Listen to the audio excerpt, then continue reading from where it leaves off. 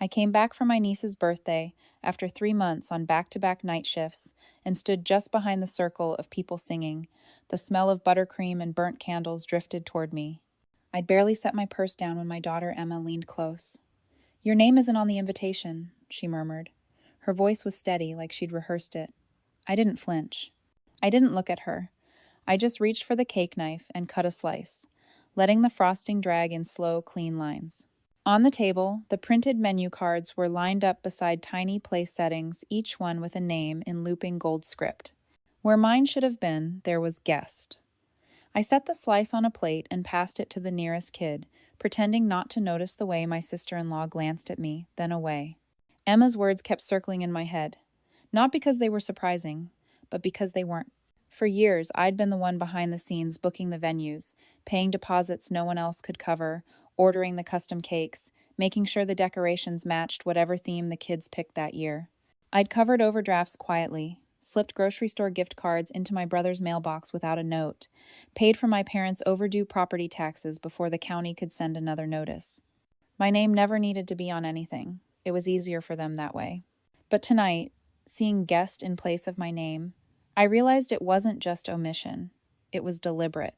Last night, while I was still in my scrubs, a friend had sent me a photo from a group text I wasn't in. The caption read, "Final guest list for the party sent to print." My name wasn't there, but I recognized the budget notes underneath. The total matched exactly the balance of the so-called family fund, the account I had been quietly filling for years. An account in my name, linked to my paycheck. No one ever asked how it stayed full. They assumed it would be. That assumption had paid for this entire night. Across the table, my brother Mark was pouring wine, laughing at something my mother said. He'd spent the last year between jobs, which in family terms meant I'd been covering his mortgage and utilities. My mother glanced at me and gave a small, polite smile, the kind you give a stranger on the street. Emma was still looking at me, her fork untouched, the balloon arch behind her swaying slightly in the air-conditioned draft. "It's okay," I said softly, though my voice didn't sound like mine. "Eat your cake." The singing had faded into the background, replaced by the metallic clink of forks and the rustle of paper plates being passed down the table. My sister Claire sat at the far end, phone angled toward her face, filming as my niece blew out the candles. She was the official organizer, at least in public. In private, she was the one forwarding me invoices, asking if I could just handle this one, because she was a little short this month. I had handled more than she knew: balloon arches, catering deposits, replacement rims for her SUV after she hit a curb. Every dollar came from the same place, the fund. And now, looking at the gold script that read guest, I wondered how long they'd been planning to erase me entirely. I thought of the night I set up that fund. I was 27, single, working 70-hour weeks in a hospital admin role. It was supposed to be temporary, just until Mom's knee surgery was paid off, until Mark's business got back on its feet, until Claire finished her second degree. That was 6 years ago. No one ever asked to take over the payments. They liked it better when I was invisible. My phone buzzed in my purse, one short vibration, then another. I didn't check it. The room was too bright, too loud, everyone leaning in for selfies with the birthday girl, plates balanced on their knees. Claire's husband raised his glass for a toast, thanking everyone who made tonight possible. His eyes skipped over me. Emma shifted in her chair. I sipped my water and let the noise blur. I'd been tired before bone deep, shift change, 4 cups of coffee, and still tired, but this was different. This was the kind of tired that came from watching people you love. Draw a neat line around you, step back, and pretend you were never there. I didn't say anything. Not yet. I let them eat their cake, unwrap their presents, and laugh over inside jokes I'd never been told. My hands were steady as I cut another slice, the knife gliding through the layers. On the surface, I was still the quiet, dependable one. Underneath, something had already shifted. I wasn't going to bring it up tonight. I wasn't going to give them the scene they could call overreacting. But the thing about being erased is that you start to wonder what else they've been doing while you weren't looking, and I was ready to start looking. After the party, Emma and I walked to my car in the dim glow of the parking lot lights. She didn't say anything until we were both buckled in. "Was it true?" she asked quietly, staring straight ahead. "That you weren't on the invitation?" I didn't answer right away. I started the engine, letting the heater hum while I gripped the wheel. "I guess that's what it looked like," I said finally. Her jaw tightened. the way it does when she's trying not to say something she'll regret. The drive home was silent, except for the sound of my turn signal and the faint squeak of the wipers pushing away a drizzle. Halfway to our apartment, my phone lit up in the cup holder. It was a text from Claire. "Thanks for helping with the cake payment. You're a lifesaver." No mention of the invitation, no explanation. Just that casual acknowledgement that I'd paid for something, as if that was my role. I ignored it. When we got home, Emma went straight to her room. I sat at the kitchen table, scrolling through my banking app. The family fund balance was nearly empty, less than $200 left. 3 new withdrawals had cleared this week: the bakery, the restaurant deposit, and a florist charge I didn't recognize. I tapped into the florist receipt, half expecting it to be for the party centerpieces, but the delivery address wasn't the venue. It was my parents' house. I leaned back in the chair, staring at the screen. The fund was supposed to be for emergencies, hospital bills, sudden repairs, things no one could cover alone. Over the years, I'd watched it quietly morph into a bottomless wallet for anyone in the family who wanted something special. At first, I told myself it didn't matter as long as people were happy. But now, I realized it wasn't generosity they counted on. It was my silence. I thought back to when it started. Mom's knee replacement, the one her insurance barely covered, had come due the same month Mark's delivery van broke down. I'd just gotten my promotion to lead admin at the hospital, and overtime pay was good. It felt natural to step in. I set up the account in my name to make transfers easier. Mom insisted on calling it our safety net, but it was always my paycheck filling it. That first year, it paid for Mark's new transmission, Claire's tuition, and Dad's property tax. The next year, it was the roof repair at my parents' house, a root canal for Mark's kid, and a surprise anniversary trip for Mom and Dad that Claire swore they deserved. I never kept track for long until last year. Something about Claire's tone when she asked for just a little help with a car lease made me open a spreadsheet. That's when I started documenting every transaction. Groceries, $180. Gas card, $50. Home insurance premium, $1,200. Month after month, the list grew, and still, my name was nowhere. Not on cards, not on toasts, not on invitations. Only on invoices. I closed the banking app and stared at my laptop. Part of me wanted to log in right then and shut it all down, but another part knew that doing it now, right after the party, would give them ammunition. They'd call it vindictive. They'd say I was punishing everyone over something small. So I waited. Over the next week, the texts kept coming. A payment request from Mark for household supplies that totaled $312. A group chat message from Mom asking if the fund could cover a little extra for the church's spring banquet. Claire forwarded me a deposit slip for a venue this time for her own birthday dinner. Every time I saw the notifications, I thought about Emma's face when she told me about the invitation. By Friday, I'd made up my mind. That night, I stayed late after work, the office quiet, except for the sound of the cleaning crew down the hall. I opened my spreadsheet, reviewed every line, and then logged into the bank. I transferred the remaining balance from the family fund into my personal account. Then I canceled the automatic deposits from my paycheck. My heart was steady as I clicked, confirm. I wasn't angry anymore, just done. When I got home, Emma was at the kitchen counter with her textbooks spread out. "You're home late," she said without looking up. "Yeah," I replied, pulling off my coat. "Had some things to finish." She glanced at me then, like she could tell something had shifted. I didn't explain. Saturday morning the calls started. Claire first, then Mom, then Mark.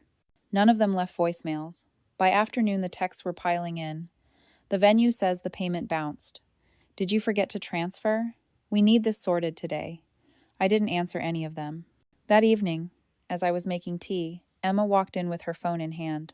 "Mom," she said slowly, "Aunt Claire just texted me asking if I could remind you about the fund." I took a sip of tea and set the mug down. "You don't need to answer her," I said. Emma studied me for a moment, then nodded. "Okay." Outside, the streetlights flickered on. The apartment was quiet, just the low hum of the refrigerator and the faint ticking of the wall clock. For the first time in years, I felt the air around me loosen. It wasn't freedom yet, but it was the first step, and I knew the next call from them wouldn't be a request. It would be the moment they realized the rules had changed. By Sunday morning, they'd stopped pretending it was a misunderstanding. Claire's name flashed on my phone for the 5th time before 9 a.m., followed by a single text: "You're ruining everything." I set the phone face down on the counter and poured more coffee. Emma was still asleep, her door closed. The silence in the apartment felt almost fragile, like if I moved too fast I might shatter it. Around noon, there was a knock at the door. It wasn't a neighbor's polite tap. It was heavy, insistent. I opened it to find my mother standing there, clutching her coat at the collar. "We need to talk," she said, brushing past me before I could answer. She went straight to the kitchen, spotted the coffee pot, and poured herself a mug like she still lived here. "Your brother's mortgage payment bounced. The church banquet is in 2 weeks. Claire's deposit is non-refundable. You can't just walk away like this." I leaned against the counter. I didn't walk away. I stepped back. "You all told me it was time I took a break. I'm just honoring that." Her head snapped up. "Don't twist this. You know we didn't mean it like that." I took a slow sip of coffee. "I think you did." She set her mug down harder than necessary. "You're making a point at everyone else's expense." "No," I said evenly. "I'm finally making a point at my own expense." For a moment, neither of us spoke. Then she reached into her purse and pulled out an envelope, sliding it across the counter. "This came yesterday. I think you should see it." I opened it, half expecting another bill or venue invoice. Instead, it was a notice from the bank application denied. Business loan. Amount requested, $85,000. Co-signers, my parents. Applicant, Claire's full name. My own name was listed in the previous account holder field for collateral. I stared at it, my pulse suddenly loud in my ears. "You tried to take out a loan in my name?" I asked quietly. Mom didn't meet my eyes. "We thought it would be easier to get approved if—" "If what?" I cut in. "If you kept me in the dark until the debt was mine?" She straightened in her chair, her voice sharpening. "We weren't going to let anything happen to you. We just needed to move quickly, and your name carries more weight than yours," I finished. "That's the only part you've got right." I pushed the papers back toward her. "Get out. Emma will think." "Emma," I said, lowering my voice, "will think whatever she wants. But she'll know I didn't let you put me in debt to cover a party and a church banquet." Mom stood slowly, her jaw tight. "You've changed." I met her gaze. "Number?" "I've stopped pretending I haven't noticed." She left without another word. I waited until I heard the elevator doors close before I sat back down. My hands were steady, but my chest felt heavy. I opened my laptop and began scanning through the family fund account history again, this time looking for anything tied to loan inquiries or credit checks. Within 15 minutes, I found 2 more hard pulls from last month. One from a credit union I'd never used, another from a financing company that specialized in small business equipment. Both were flagged as applicant, family trust, co-applicant, my name. My coffee had gone cold by the time I finished saving the evidence into a folder. I sent everything to my attorney with a short message. "We need to talk Monday. Possible fraud." Monday morning came with another round of calls, but this time they weren't just from my family. The bank's fraud department left a voicemail, asking me to confirm recent activity. The representative's tone was polite but edged with urgency. I called back during my lunch break and confirmed that yes, I had not authorized any applications. When I hung up, my phone buzzed with a new message from Mark. "If you think this is going to end well for you, you're wrong." I didn't reply. That evening, Emma came into the living room holding her phone. "Aunt Claire called me at work today," she said. "She said you're making a mistake, that we're all family and you don't just quit on family." I looked at her. "What did you say?" I told her maybe she should have thought of that before she left your name off the invitation. A slow, sharp kind of pride moved through me. "Good answer," I said. She sat down beside me. "Are they in trouble?" I hesitated. "Not yet, but they will be." She was quiet for a moment. "Does that make you happy?" I shook my head. "It doesn't make me happy. It makes me, lighter." We didn't talk about it again that night, but I could feel it somewhere between the cold coffee, the bank notices, and Emma's quiet defense. Something had shifted for good. I wasn't their safety net anymore. And the real shock for them wasn't that I'd stopped catching their falls. It was that I'd stopped watching them happen. ChatGPT said. 3 days later, I was standing in the self-checkout line at the grocery store when my phone buzzed with a number I didn't recognize. Normally, I would have let it go to voicemail, but something in me wanted to know who else they had dragged into this. "Hello?" A clipped male voice came through the line. "This is Detective Harris with the Financial Crimes Division. Are you available to discuss a report of attempted identity fraud filed in your name? The words landed cold. I stepped out of line, letting the woman behind me pass, and pressed the phone tighter to my ear. He confirmed the dates, the loan amounts, the cosigner names. It was everything I had already found, but hearing it from law enforcement made it real in a way my spreadsheet hadn't. We'll need you to sign an affidavit, he said, and we may need to speak with the individuals listed. My pulse was steady now, my voice calm. You can speak with whoever you need to. By the time I got home, Emma was already there, sitting cross-legged on the couch with her laptop. You're home early, she said. I dropped the grocery bag on the counter. Detective called. I told her. It's official now. She closed the laptop slowly. Does that mean?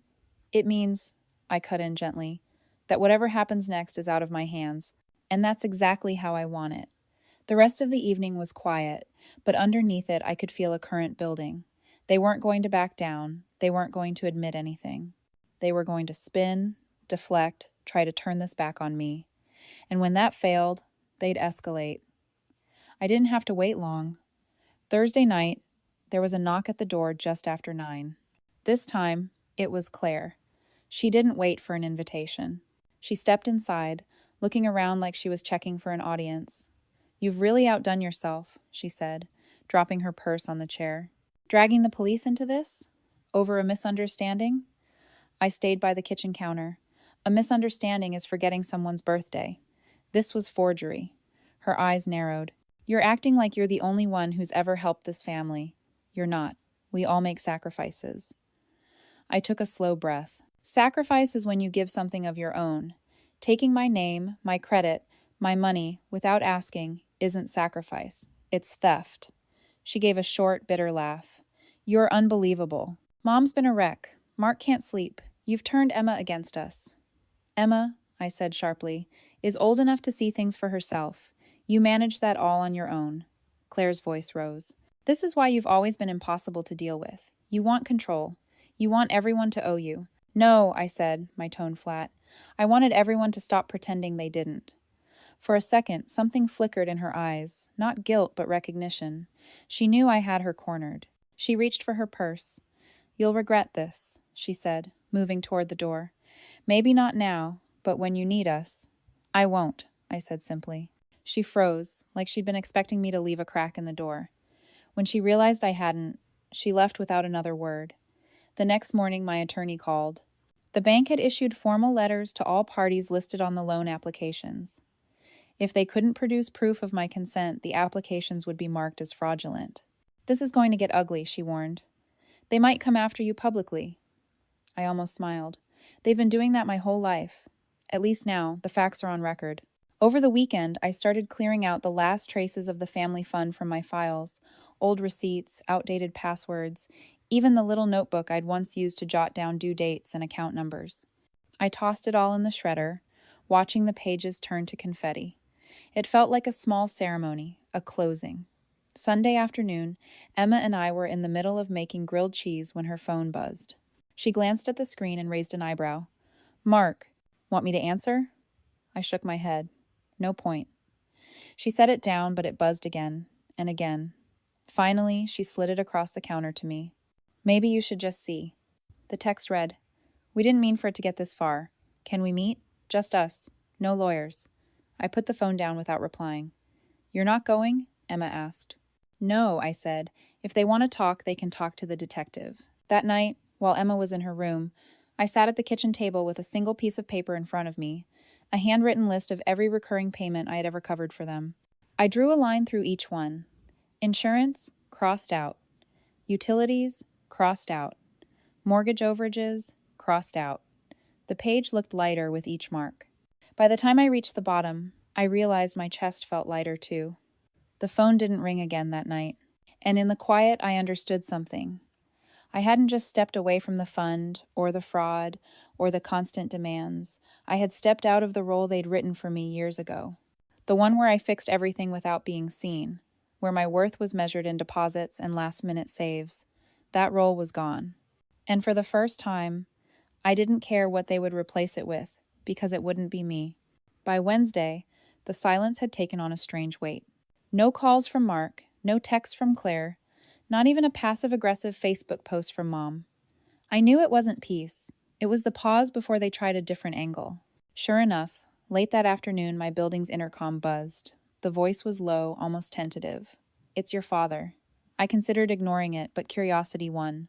When I opened the lobby door, he was standing there in his work jacket, holding a manila envelope. He didn't step inside, just handed it to me. "Thought you should have this?" His voice was gruff, but there was something else there, fatigue, maybe. I took the envelope and waited for him to explain, but he only said, "Don't let them spin this on you," before turning and walking out into the gray drizzle. Upstairs, I opened it at the kitchen table. Inside were 2 documents: a notice from the bank confirming the fraudulent applications had been closed, and a copy of a property record I recognized instantly. It was my parents' house. A note was paperclipped to the top in my father's cramped handwriting. They tried to use this as collateral next. My stomach turned, but I wasn't surprised. It was exactly the kind of escalation I'd expected. What caught me off guard was that he had given it to me without Mom, without Claire, without the usual performance. That night, Emma found me still sitting at the table, the documents spread out. "Is that from him?" she asked. I nodded. She poured herself a glass of water, then leaned against the counter. "Do you think he's on your side?" I thought about it. "I think he's starting to realize what side he's been on all this time." The next morning, I took the documents to my attorney. She scanned them quickly, then looked up at me. "If they'd gone through with this, you could have been responsible for hundreds of thousands in debt. You understand that, right?" I did. And I understood something else. They hadn't stopped because they felt guilty. They'd stopped because the risk of getting caught had finally outweighed the payoff. That weekend the inevitable happened. They showed up together. I was folding laundry when the knock came. Emma opened the door before I could stop her, and suddenly my living room was crowded with my mother's perfume, Claire's bright scarf, and Mark's restless pacing. "We're here to make this right," Mom announced like she was delivering good news. "We'll pay you back," Claire added quickly, though her eyes darted away. "Not all at once, obviously, but we'll set up something. Just don't let this go any further." I stayed seated, folding the last of the towels. "This isn't about money anymore," I said. Mark scoffed. "Of course it's about money. You're acting like we tried to ruin you." "You did try," I said evenly. "The only reason you failed is because I caught you." No one spoke for a moment, then Mom stepped forward. "We were desperate. You've never been desperate?" I looked at her. "I've been desperate plenty of times. I just didn't solve it by stealing from my family." Claire crossed her arms. "So that's it? You're just going to cut us off forever?" I placed the folded towels in a neat stack and stood. "I'm going to protect myself. If that feels like being cut off, that's on you." Mom's face tightened. "You're throwing away your family." "No," I said, moving toward the door. "I'm letting go of people who think family is a word they can hide behind when they want something." They didn't argue after that. They left in a flurry of coats and muttered words, the door clicking shut behind them. The quiet they left felt cleaner than before. Over the next few days, I noticed the absence of their presence in ways I hadn't expected. My phone stayed on the counter without buzzing. My mailbox held only bills and junk flyers, not hastily scrawled notes about urgent expenses. And in the space they'd vacated, I found myself thinking less about what they might do next and more about what I might do now. On Friday night, Emma and I made dinner together. Nothing fancy, just pasta and garlic bread, but it was the first meal in months where I didn't glance at my phone halfway through. After we ate, she lingered at the table. "So, does this mean it's over?" I smiled faintly. "It means the worst part is over. The rest is just them figuring out how to live without me as their safety net." She nodded slowly. "Do you think they'll ever get it?" I thought about the property record in my father's handwriting, the way he couldn't quite look me in the eye. "Maybe one of them will," I said. "But if they don't, that's not my problem anymore." That night, after Emma went to bed, I put the property record in the same drawer where I kept my passport and birth certificate. Not because I needed it for court anymore, but because it was proof of what they'd tried, of what I'd stopped, and of the moment I decided I was done. I turned off the light, and for the first time in a long time, I didn't feel the weight of waiting for the next blow to land. It already had. And I was still standing. The morning of the court date was cold and bright, the kind of weather that makes everything look sharper. Emma came with me, not because she had to, but because she wanted to. We sat in the hallway outside the courtroom, the low murmur of other cases around us. Claire arrived first, in a blazer that still had the store's fold lines pressed into it. Mark trailed behind, wearing a tie like it was strangling him. Mom came last, lips pressed so tight they looked bloodless. None of them looked at me. When our case was called, we took our seats. Their attorney opened with exactly what my lawyer predicted. The funds in question were gifts, freely given over a period of years. There was no formal contract or obligation for repayment. I kept my eyes on the judge, not on them. My attorney stood and slid a thick binder across the table. We have records showing the plaintiff's stated purpose for these funds, including text messages, emails, and receipts, clearly marking the money for specific expenses on behalf of her daughter. We also have documentation of multiple fraudulent loan applications listing the plaintiff as co-signer without her consent. The judge flipped through the binder, pausing at the loan documents. "These signatures are identical to the plaintiff's legal signature," he said. "How do you explain that?" Their attorney shifted uncomfortably. "My clients believed they had implied permission." The judge cut him off. "Implied permission is not legal authorization." Claire shot me a look then, one that was part glare, part plea. I didn't return it. When it was my turn to speak, I kept it simple. For years, I provided financial support to my family, covering expenses they couldn't manage. This was done in good faith, but the loan applications crossed a line. I never agreed to be financially responsible for those debts, and I will not be. My voice didn't shake. The judge asked a few clarifying questions, then said he'd review the evidence and issue a written decision within the week. Outside the courtroom, they clustered together, whispering. Emma and I walked past without stopping. In the parking lot, she asked, "Do you think you'll win?" I thought about it for a moment. I think I've already won. Whatever the court decides, I'm not going back to the way it was. 2 days later, the decision arrived. The court found in my favor, ordering them to reimburse specific amounts tied to documented misuse and prohibiting them from using my name or credit in any financial transactions going forward. The reimbursement would come in installments, but the legal barrier was immediate. I read the letter twice, then handed it to Emma. "It's over," she said, a small smile breaking across her face. "It's over," I agreed. That night, my phone lit up with a text from my father. I told them they brought this on themselves. They don't want to hear it, but I wanted you to know. I didn't reply, but I didn't delete it either. The next morning, I woke to an inbox full of silence. No demands, no forwarded bills, no urgent requests. The quiet felt different now. It wasn't the pause before another attack. It was space. Real space. Emma noticed it too. We made breakfast together, unhurried, the way we never used to on weekdays. While she buttered toast, she said, "So what happens now?" I poured coffee and considered the question. "Now," I said, "we figure out what we want without having to ask who's going to drain it from us." She nodded, like she understood. It wasn't just about money. It was about the freedom to stop living as someone else's safety net and start living as my own. That afternoon, I took the court order and the thick stack of evidence and tucked them into a folder in my desk. Not to revisit, not to obsess over, just to have, in case the past ever tried to rewrite itself. Then I closed the drawer and let it stay closed. For the first time in years, I didn't feel like I was holding my breath. I'd been carrying the weight of their choices for too long. Now, finally, they were carrying their own. 2 months after the court decision, their names had become background noise, familiar but distant, like a song you used to know all the words to but haven't heard in years. There were no calls, no texts, no sudden knocks at the door. I didn't kid myself into thinking they had changed. I knew this silence wasn't transformation, it was retreat. But it was enough. Life had narrowed to something simple and manageable. I worked, I came home, I cooked dinner with Emma. We talked about her plans for next year, about trips we might take, about things we wanted to try, conversations that weren't interrupted by someone else's emergency. Some nights I caught myself glancing at the phone, a leftover reflex, but it stayed still. One Sunday morning, I stopped by the small bakery near our apartment to pick up bread. As I was paying, I heard a voice behind me, my father. He looked older than I remembered, the lines deeper, the posture heavier. "I'm not here to start anything," he said quickly. "Just wanted to say, I think you did the right thing." I didn't answer right away. There was too much history between us to pretend one sentence could cover it. Finally, I said, "Then why didn't you say that when it mattered?" He lowered his eyes. I didn't know how. It wasn't an apology, but it was the closest he could manage. I nodded once, then left with my bread. Outside, the air felt warmer, the sky the pale blue of early spring. That night, Emma and I ate on the balcony. She was telling me about a new class she wanted to take when she stopped and said, "You seem lighter." I thought about it. "I guess I am."